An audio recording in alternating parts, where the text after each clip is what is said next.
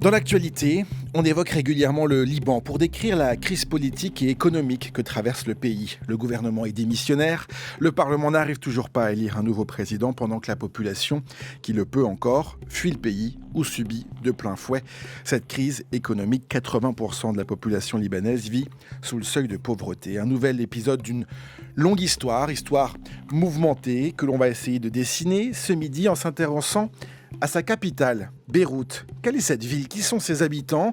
Comment s'est-elle construite? De quelle mixité parle-t-on à Beyrouth? Nous avons, pour répondre à ces questions, imaginé un échange entre deux écrivains. Nous avons mobilisé la communauté du Book Club. C'est Amélie qui vit à Beyrouth et qui va chapitrer cette émission avec ses conseils de lecture jusqu'à 13h30, plongée dans la capitale libanaise.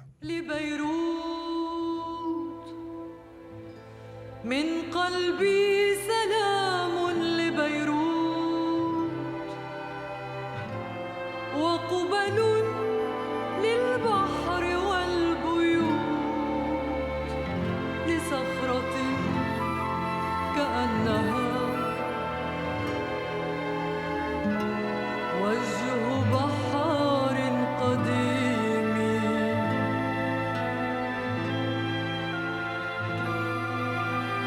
هي من روح الشعب خمر هي من عرقه خبز وياسمين فكيف صار طعمها طعم نار ودخان. France Culture, le Book Club, Nicolas Herbeau. Beyrouth, chanté par la diva libanaise Férouz, Beyrouth, où l'on accueille en direct Sharif Majdelani. Bonjour. Bonjour Nicolas. Merci d'être avec nous. Vous êtes romancier libanais de langue française, auteur de 7 romans que vous avez publiés aux éditions du Seuil. Chez Actes Sud, vous avez également publié Beyrouth 2020, journal d'un effondrement. Et aux éditions Bayard, vous nous présentez aujourd'hui ce récit intitulé 1000 origines, avec un constat dur. Vous le dites, le Liban représente aujourd'hui un État devenu, et je vous cite, le symbole absolu de la mauvaise gouvernance et du désastre écologique, économique, politique de notre époque. C'est pas facile comme constat, Sharif Majdelani. C'est le constat élémentaire qu'on peut faire dans un pays qui a été gouverné pendant 30 ans par une caste, une oligarchie d'hommes politiques issus en fait de la guerre, donc qui ont gouverné le pays dans une logique de clans, de mafieux, et qui évidemment au bout de 30 années ne peut que nous faire aboutir à la catastrophe. C'est une catastrophe généralisée, comme je le dis, effectivement. Il n'y a pas un secteur qui soit épargné par cette espèce de mauvaise gouvernance. Il n'y a pas d'autre terme, mauvaise gouvernance liée à la corruption, au clientélisme et à ce qu'on appelle la kleptocratie, en fait, le fait d'avoir volé et pillé les ressources de l'État. Alors on ne va pas que aborder la situation d'aujourd'hui, on va faire aussi de l'histoire, et puis puisqu'on veut ensemble dresser le portrait de Beyrouth, et vous le faites, Sharif Majdelani, dans votre livre à travers une galerie de personnages et de témoignages, nous avons convié pour échanger avec vous Daniel Rondeau. Bonjour. Bonjour Nicolas. Vous êtes académicien. Bonjour Sharif.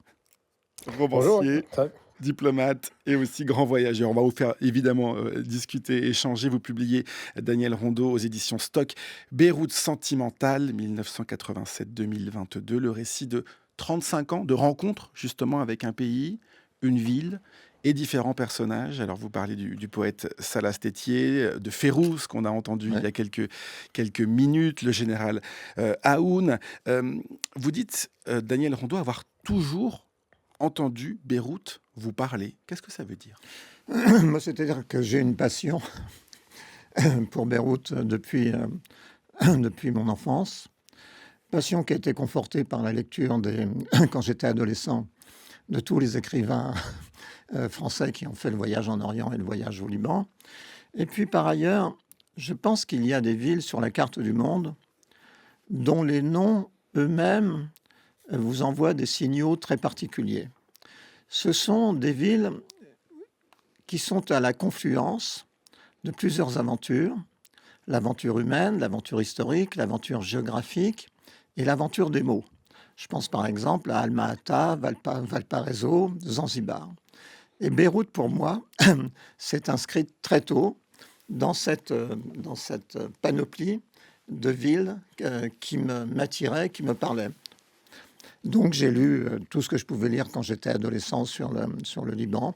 Et puis ensuite, voilà, j'ai commencé à pèleriner en Méditerranée, tout autour de la mer, en écrivant sur des villes, Tanger, Carthage, Istanbul. Et naturellement, Beyrouth a été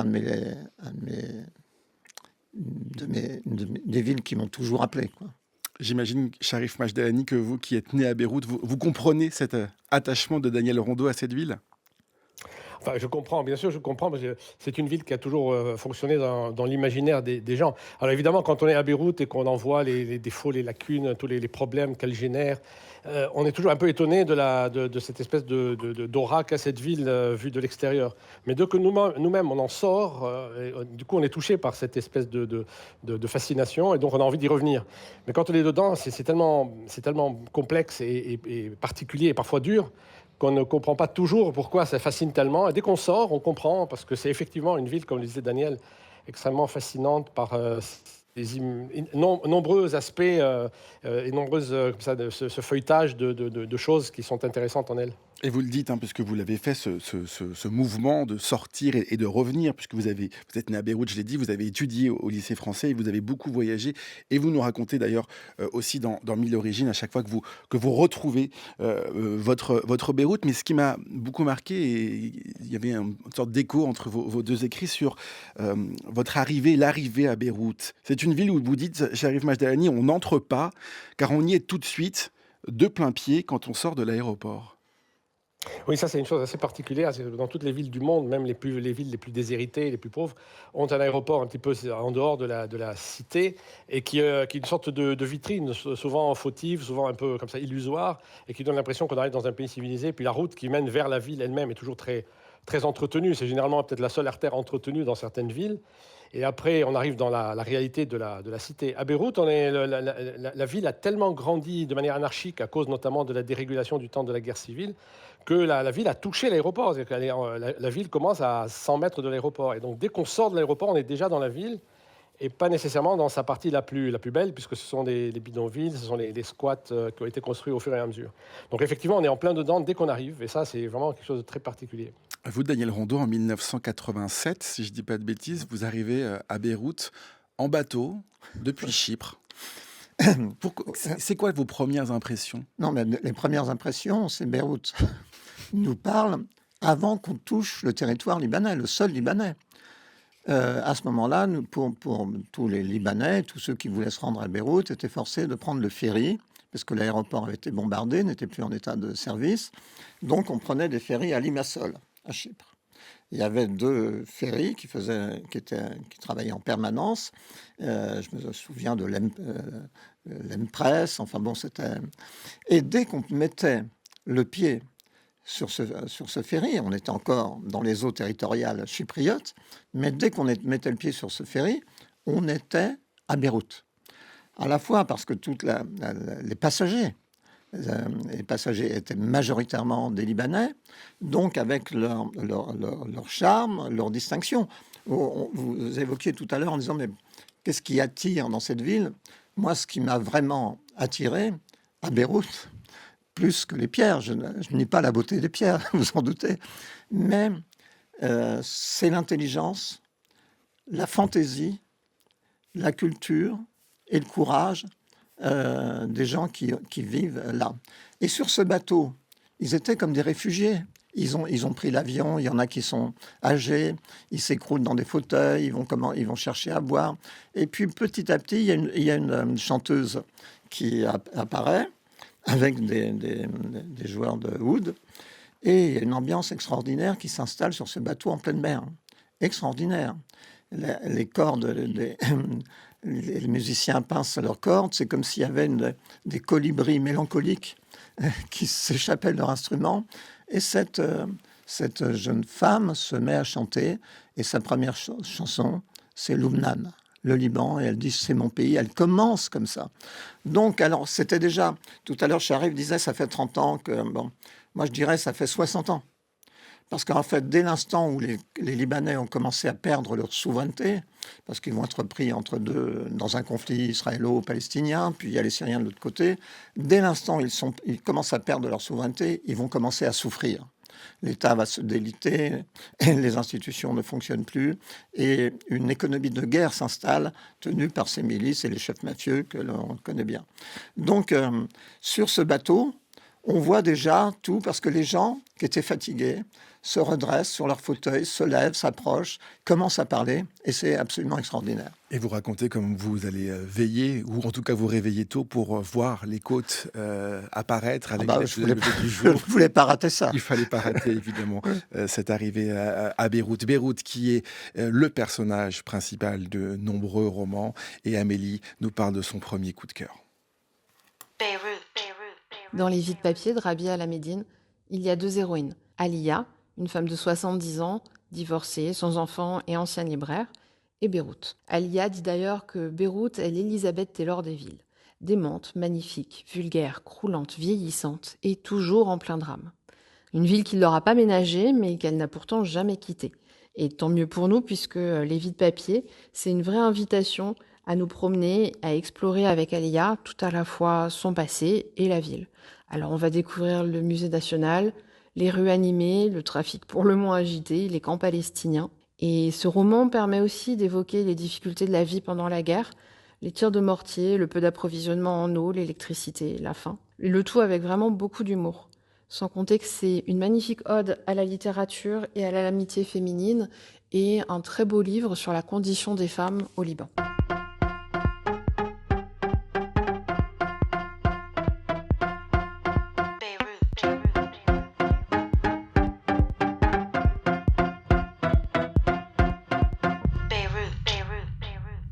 Afghan qui chante Beyrouth donc, et Amélie qui nous conseille Les Vies de papier de Rabia Al-Hamedine. Sharif Majdelani, vous nous racontez dans 1000 origines comment on peut découvrir Beyrouth, et vous dites d'abord peut-être à hauteur d'homme en s'immergeant dans le quotidien de ses habitants. Oui, c'est un peu ce que disait Daniel tout à l'heure. C'est-à-dire que c'est une ville qui fut sans doute extrêmement belle. À un moment donné, paraît-il, on l'a traitée de ville-jardin, et ça fait beaucoup rigoler aujourd'hui parce qu'il n'y a plus beaucoup de jardins, alors que toutes les maisons en avaient un avec le fameux bassin et plusieurs orangers et citronniers. Tout ça n'existe plus parce que ça a été très bétonné, puis c'est une espèce d'énorme spéculation immobilière qui a abîmé tous ces alentours, puis qui a grignoté les montagnes autour. Donc esthétiquement, ce n'est plus une ville très belle où on peut poser le regard, mais ce qui est surtout fascinant, et c'est ça qui intéresse tout le monde, et Daniel le disait tout à l'heure, c'est l'homme, les humains, la façon de se comporter, leur variété, leurs différences, la façon qu'ils ont de vivre ensemble ou de ne pas vivre ensemble aussi. Tout cela, évidemment, c'est ce qui est passionnant dans cette ville et qui fait qu'on ne peut comprendre et découvrir qu'en s'immergeant dedans et en allant à la rencontre des gens, en les écoutant parler, en les regardant vivre, malgré l'assez monstrueuse laideur de l'environnement urbain. Alors cette monstruosité, évidemment, a quelque chose de fascinant. J'ai beaucoup d'amis qui reviennent ou qui arrivent à Beyrouth, et on est toujours un petit peu embarrassé à ne pas pouvoir leur montrer quelque chose de vraiment joli au sens classique du terme, c'est-à-dire de beaux bâtiments, des palais, etc. Alors qu'il y en a, bien entendu, mais ils sont noyés dans l'urbanisme. Ils trouvent ça quand même extraordinairement beau par la violence d'une laideur qui finit par devenir extraordinairement fascinante aussi. Daniel Rondeau, je vous vois réagir. Non, mais je suis d'accord avec Sharif, bien sûr. Le poète Adonis explique que quand il arrive dans mon livre, il explique quand il arrive à Beyrouth, ce qui le surprend, c'est la vie à Beyrouth. Ce ne sont pas les bâtiments. Les bâtiments sont déjà... Bon, c'était mieux que maintenant, mais ça commence à décliner. Mais non, ce qui va le surprendre, c'est la culture, c'est la force de l'intelligence, c'est cette façon de vouloir travailler, de construire des choses en permanence, y compris dans tous les domaines et dans le domaine intellectuel. Bon, Denis parle. Il dit c'est une ville verticale. Il dit les autres villes arabes aujourd'hui sont maintenant horizontales, elles sont aplaties. Beyrouth continue à se dresser. Il fait même des reproches à Paris. Je ne sais pas si vous avez vu. Il n'a pas forcément tort. Mais ce qui est formidable aussi à Beyrouth, avec les gens, c'est la lumière. C'est-à-dire qu'à chaque époque de la vie de tous ces Libanais, ils ont été la proie de dépressions graves, proches du renoncement, ou prêts à partir, ou ils partaient. Mais quand la lumière déferle le matin sur cette ville, on a l'impression que tout repart et que tout est possible. Donc ce mélange d'une humanité joyeuse, perspicace, intelligente, sage, je dis qu'ils ont une sorte de position oblique par rapport au monde, qui est souvent la position du poète, la position oblique, parce qu'en fait, ils ont beaucoup appris de leur histoire. Et ils ont appris à survivre. Ils ont appris aussi un certain sens du compromis sans renoncer à ce qu'ils sont. Et ça leur donne une forme d'intelligence supérieure que moi j'admire et que j'envie.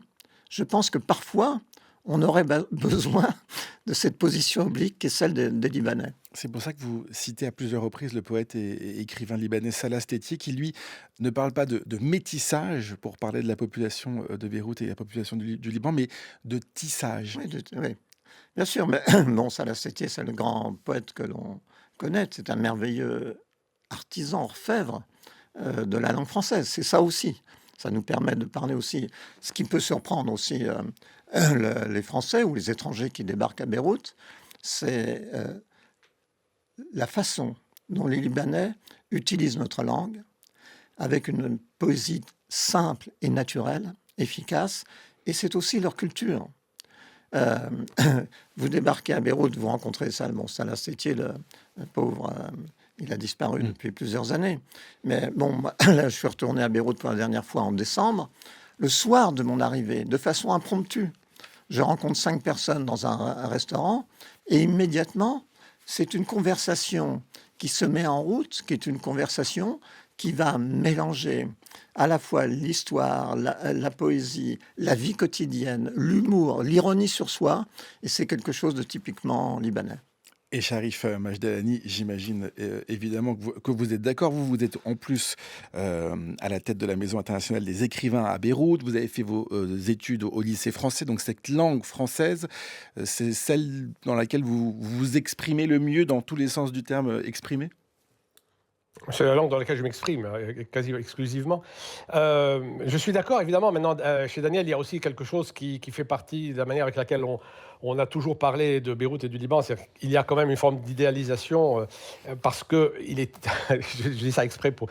Je sais qu'il va sourire, mais parce que en fait, sourit. je sais très bien lui aussi que, bien sûr, tout le monde ne parle pas français au Liban. Non, bien sûr, à j'ai pas dit Beyrouth, ça. beaucoup de gens ne parlent plus, bien sûr. Non, bien sûr, non. Je dis simplement et il y a aussi beaucoup de gens qui n'ont pas beaucoup de culture, qui sont là. Mais ça, c'est pas très grave. Hein, c'est pas très grave. Nous sommes tout à fait d'accord sur ce qu'il a dit par ailleurs. Mais ce sur quoi aussi je reviendrai peut-être, c'est le fait que cette capacité à rebondir, accompagner, à savoir gérer finalement les difficultés pour continuer, c'est évidemment ce que le monde entier nous envie et qui en même temps est un obstacle terrible à la véritable révolte finalement et au soulèvement contre les faits accomplis, contre les mafieux qui nous gouvernent. Et ça aussi, c'est peut-être quelque chose qui est très bien, parce qu'un peuple ne peut pas continuer après tant de calamités qui se succèdent sans cette capacité à s'adapter. Mais la capacité extrême à s'adapter, qui est devenue notre caractéristique, nous empêche en définitive de pouvoir finalement, à un moment donné, ne plus pouvoir s'adapter ou ne plus vouloir s'adapter et dire non, maintenant ça suffit, on casse tout et on recommence sur d'autres bases. Ça, c'est une chose. Donc tout est un petit peu oblique, je dirais. C'est-à-dire qu'il y a effectivement une grande culture. C'est évidemment une ville où il y a énormément de gens qui parlent beaucoup de langues, hein, pas seulement le français. On parle le français, on parle l'anglais, on parle l'arménien, on parle divers dialectes arabes. Oui, mais bien sûr, portugais, les portugais, parce qu'il y a beaucoup d'émigrés qui viennent du Brésil. Et en même temps, effectivement, tout cela draine un nombre considérable de cultures, de traditions.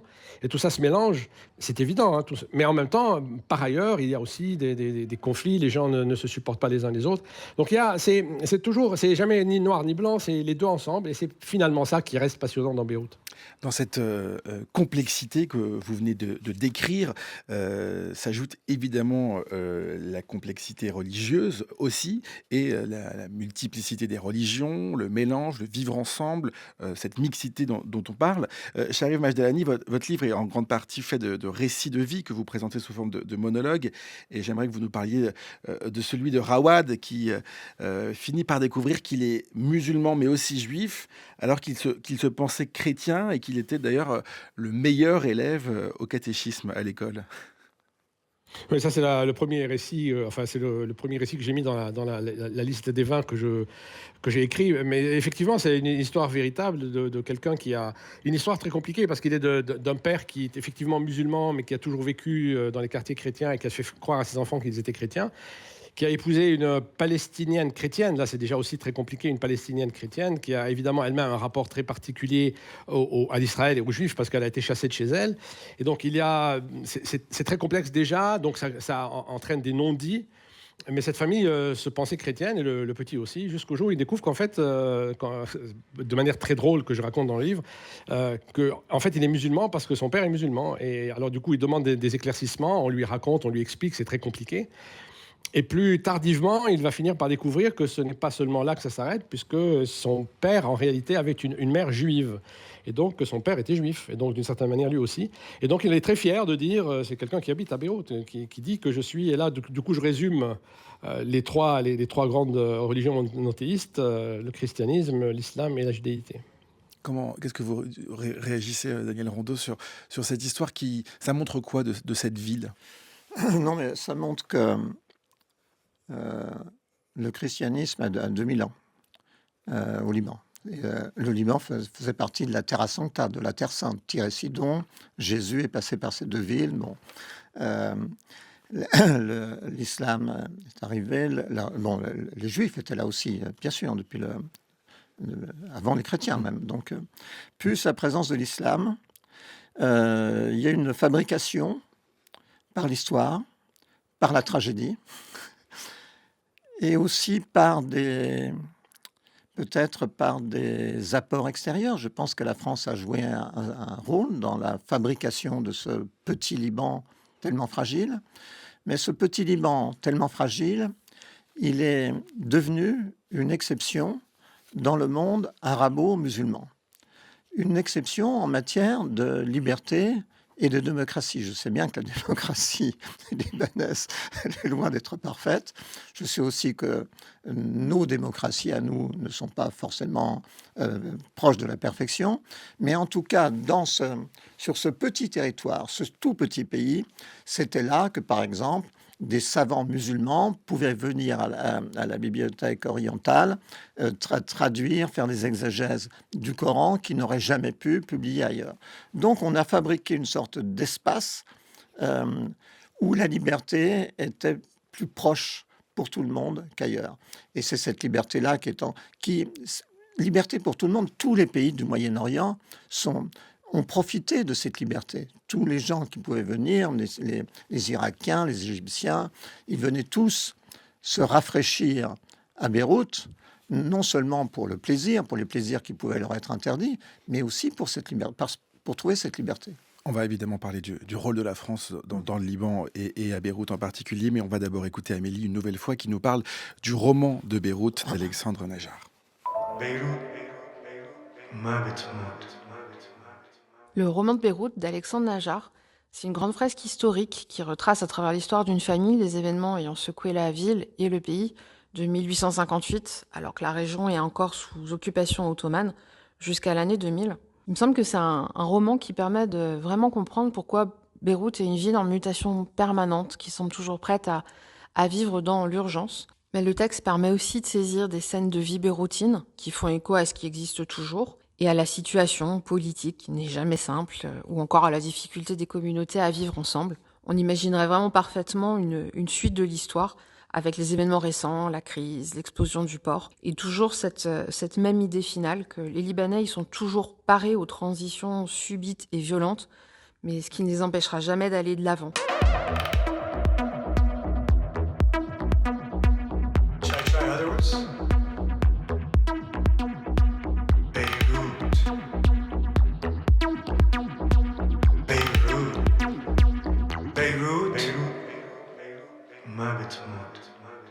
Beyrouth survivra, chanté par Yuxek. Parmi les scènes de vie beyrouthine que j'ai ressorties de vos deux livres, Daniel Rondeau d'abord, vous nous racontez votre rencontre avec le blindeur de voiture. Qu'est-ce qu'il a de particulier ce personnage? Qu'est-ce qu'il dit ce personnage aussi de cette période que vous avez connue dans les années 80? Déjà, ça dit ce blindeur, là, sa seule présence et sa seule réussite montre bien que le Liban était une région devenue dangereuse pour tout le monde et que les attentats se multipliaient, les enlèvements. D'autre part, bon, c'est vrai que je l'ai un peu cherché. C'était un personnage énigmatique. On m'avait dit qu'il existait. Puis finalement, j'ai trouvé son garage, qui était l'un de ses garages, parce qu'il y avait plusieurs garages, dans des sous-sols. Et je suis tombé sur quelqu'un d'extrêmement sympathique qui m'a raconté sa réussite dans sa spécialité, le blindage, comment il avait réussi, comment il vendait, comment il ne voulait pas aller plus loin. Il avait des principes commerciaux assez étonnants. Et il avait une sorte de bonhomie et de faconde. Et lui et sa femme, ils étaient deux d'ailleurs, leur petite entreprise. Il était devenu le blindeur de voitures de toutes les ambassades et de tous les miliciens d'ailleurs. Dans votre récit, Cherif Majdelani, je retiens le changeur. Alors évidemment, ça fait référence à la situation économique actuelle. Bah oui, c'est devenu un personnage central de la vie quotidienne libanaise. Le changeur, c'est celui auprès de qui on change en permanence. Parce qu'à un moment donné, au Liban, on a deux monnaies de toute façon, le dollar et la livre libanaise, mais on a aussi des 4 ou 5 taux de change. Et il faut s'y retrouver. Et un changeur est quelqu'un qui évidemment travaille dans ça, qui vous conseille, qui vous aide et qui évidemment tire beaucoup de bénéfices de ce travail. Pendant longtemps, on allait chez le changeur. Et à un moment donné, ça devenait très compliqué parce que les changeurs étaient toujours menacés, donc ils fermaient leur boutique. Et donc ils faisaient du livreur, ils se transformaient en livreur à domicile de dollars ou de livres libanaises. Donc on recevait le changeur chez soi. Et ça faisait un peu, c'était assez cocasse comme situation. Et même ce changeur... Mon changeur a eu une histoire assez vraisemblable. Il me racontait des anecdotes sur le fait qu'il circulait en mobilette. Je lui ai dit, mais en mobilette, c'est dangereux. Il m'a dit, pas du tout, parce qu'en voiture, si on est pris dans un embouteillage, on peut vous braquer plus facilement. Alors une mobilette, elle souffle au fil et elle file. Et un jour, évidemment, dans sa mobilette, il est rentré dans la porte d'une voiture d'une femme qui ouvrait la porte de sa voiture, et c'est devenu sa femme quelques temps plus tard. Donc un changeur peut aussi être générateur d'histoires assez drôles, à part le fait de manipuler l'argent. Daniel Rondeau, vous racontez vous aussi les convois à toute vitesse pour traverser l'aéroport, arriver jusqu'à l'ambassade de France. Vous dites dans votre livre que vous n'avez jamais connu le Liban que sur le qui-vive. C'est cette urgence aussi, cette mutation permanente dont parlait Amélie il y a quelques minutes. Il y a quelque chose d'urgent, d'intense, de très intense dans cette vie. Oui, l'intensité, vous avez raison. Je pense aussi que les Libanais, ils ont cette capacité, c'est de chercher l'intensité de la vie. Parfois, l'histoire leur procure trop de désastres intenses, mais ils ont aussi ils cherchent, quand ils sont en paix, quand ils ont quelques heures de paix, ils cherchent à profiter entièrement de cette situation. Donc, l'intensité, on a l'impression qu'on est toujours happé par chaque instant, par chaque jour à Beyrouth. Alors c'est vrai, on a parlé tout à l'heure du fait que les gens ont cette capacité de résister, de rebondir toujours. Je sais que Cherif pense exactement la même chose que moi. Aujourd'hui, la situation s'est transformée. Je crois que l'explosion du port, ça a été comme une sorte de coup de grâce pour un certain nombre de Libanais, et qu'ils se disent ce n'est plus possible, on ne va pas y arriver et on va partir. Je me souviens, vous avez peut-être vu la réflexion de Férouz, quand la chanteuse qu'on a entendue en début d'émission. Extraordinaire, qu'on a entendue en début d'émission, qui dit, en fait, la guerre, c'était mieux. La guerre, c'était mieux, ce qui est une phrase absolument terrible. C'est-à-dire, la guerre, c'était mieux que cette déliquescence générale de l'État, de ces écoles fermées, les écoles qui ont été fermées, de ces médicaments qui n'arrivent pas, et ce retour, c'est l'argent maintenant qui gouverne tout, l'électricité, les médecins. Donc, je crois qu'aujourd'hui, on est à un moment assez crucial pour l'avenir du Liban, parce que effectivement, beaucoup de Libanais, je les ai saisis pour la première fois en état désespérance, quoi. Charif Majdelani, cette explosion du port, c'était le 4 août 2020, pardon, 3 ans plus tard. Est-ce que vous aussi, vous voyez ce peuple libanais, ces habitants de Beyrouth, quitter le pays? Ils ont beaucoup quitté le pays après l'explosion, beaucoup d'entre eux très précipitamment, parce qu'effectivement, dans un état de choc, en se disant que c'était trop, là, c'est vraiment la goutte d'eau, si j'ose parler de goutte d'eau, qui fait déborder le vase. Beaucoup de ceux qui sont partis précipitamment, en fait, sont revenus, parce qu'ils se sont aperçus que c'était pas faisable de cette manière. Maintenant, il y a des gens qui quittent après mûre réflexion. Mais comme toujours dans l'histoire de ce pays, les gens qui partent, au bout d'un moment, sont repris par une forme de nostalgie, par l'impression que finalement, on n'est jamais mieux que dans cette ville, dans ce pays, malgré les crises, et qui reviennent. Donc il y a aussi un très gros mouvement de départ, mais il y a aussi imperceptiblement un mouvement de retour. Et ça se manifeste aussi particulièrement maintenant, on y arrive en été. En été, il paraît qu'on attend 2 millions d'expats libanais qui rentrent au pays. Ce qui montre aussi qu'il y a encore une espèce d'attachement très fort des gens pour ce pays qui fait que parfois, quand ils reviennent pour un été, ils s'aperçoivent qu'ils ont envie d'y rester et ils y restent. Donc c'est vraiment un mouvement dans les deux sens. Et c'est ça qui est étonnant parce qu'après l'explosion, on s'est dit que c'était fini, quoi. Il n'y avait plus rien à espérer de ce pays et les gens ont pensé que le pays allait se vider irrémédiablement. Et pendant presque un an, c'était le cas. Et là, maintenant, les gens reviennent, les gens compétents reviennent. On recommence à travailler, il y a de l'argent de nouveau qui circule, donc il y a une espèce de renouveau du pays, en dépit évidemment de la crise qui continue et de la totale inertie de la classe politique. Un mot justement sur un pays qui est attaché au Liban et qui poursuit et qui essaye d'aider, c'est la France. Emmanuel Macron s'est mis en avant aussi. Il a nommé en envoyé personnel et spécial Jean-Yves Le Drian. Quel évidemment lien très important de la France et du Liban. Qu'est-ce qu'on espère de cet engagement de la France au Liban, Daniel Rondeau, pour conclure? Déjà, la première chose que je puisse dire, c'est que il me semble qu'aujourd'hui, notre pays, la France, reste le seul pays à essayer à faire des efforts, à s'intéresser à ce qui se passe à Beyrouth et à essayer de trouver une solution. Ça ne veut pas dire qu'on y arrive. Le président Macron est allé à Beyrouth avec beaucoup d'énergie et d'engagement, et son passage à Beyrouth n'a pas porté ses fruits. Aujourd'hui, on a vu par exemple, il y avait un sommet de la Ligue arabe il y a quelques semaines, le mot du Liban n'était même pas prononcé. Donc on voit bien comment le Liban sortait brusquement des esprits et des préoccupations. Donc Jean-Yves Le Drian est un homme, déjà il a une qualité essentielle à mes yeux, c'est qu'il aime le Liban et qu'il aime Beyrouth. Donc il part avec une volonté, avec une détermination. Donc maintenant c'est très compliqué. La France a déjà proposé plusieurs plans pour trouver un président. En tout cas 2 qui n'ont pas fonctionné. Je pense qu'il y aura un 3e plan qui va être proposé et j'espère que ça marchera.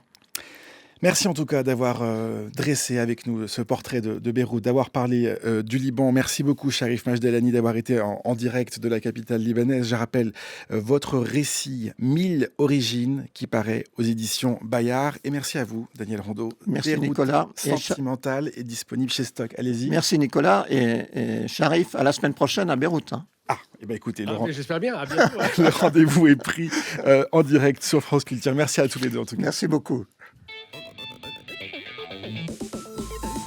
Je note que je n'ai pas été invité, mais je vais essayer de voir si c'est possible de les rejoindre. Dans un instant, on va écouter les 4 items de Charles Dantzig.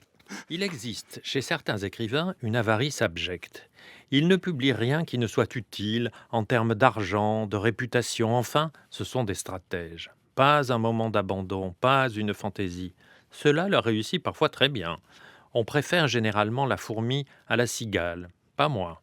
Les cigales sont charmantes parce qu'elles sont généreuses. Les écrivains cigales diffusent leur talent partout pour notre plaisir. Ils réussissent même quand c'est par devoir. Et ça n'est un d'écrire pour la presse ou la radio quand on ne voudrait passer son temps que dans l'éternité. Mais voilà, il faut gagner sa vie. Et Scott Fitzgerald écrivit donc, dans un magazine d'automobile en 1924, un reportage intitulé « La balade du rossignol roulant ». Scott s'éveille. Zelda entre dans la chambre en chantant. Cela parle de l'Alabama. Elle en rêve, l'Alabama est son pays natal. Ils habitent le Connecticut, ils ont, lui, 24, elle, 20 ans. Scott, prépare-toi, nous partons pour Montgomery. L'inconvénient est qu'ils ont acheté leur voiture sans rien y connaître. Elle tombe en panne tout le temps, d'où son surnom de rossignol roulant. Quand elle ne tombe pas en panne, les Fitzgerald s'égarent. Ils ne savent pas lire les cartes routières. Cela ne les empêche pas de rire, ni Zelda de chanter. Ah, les chansons, une des grandes trouvailles de Fitzgerald. Il a été le premier à citer dans ses écrits ces airs qui accompagnent nos vies, qui les accompagnaient de plus en plus, grâce à de nouveaux instruments qui s'appelaient la radio, qui s'appelaient les disques. À Philadelphie, un pneu éclate. Lorsqu'ils arrivent à Washington, le pneu qu'ils viennent de changer s'échappe avec la roue. Elle finit par coûter cher, cette voiture. Les voici dans le sud. Fredericksburg, Richmond, on quitte la Virginie, voici la Caroline du Nord. Fonçons, 75 à l'heure, folie, amende. Un autre pneu crève, plus un sou. Ouf, on approche de Montgomery. Ils couchent à l'hôtel, réveil à 4 heures. Nous nous levâmes, heureux comme 2 enfants un matin de Noël. Cette phrase, ce sentiment, c'est tout Fitzgerald. Ces livres sont la recherche de cet état d'esprit, ou plutôt de cœur, ce moment délicieux que l'on ne retrouve jamais. Montgomery, enfin, ils ne trouvent pas les parents de Zelda. Voulant leur faire une surprise, ceux-ci sont partis pour le Connecticut. Ce charmant récit, où Fitzgerald a mis des parties fictives, montre quelque chose qui lui était propre et assez nouveau dans la littérature américaine, l'absence de vantardise. Il sait sourire, ne craint pas de se montrer dans des positions quotidiennes. Ah, ça n'est pas cette brute inquiète d'Hemingway qui se serait montrée de manière aussi souple.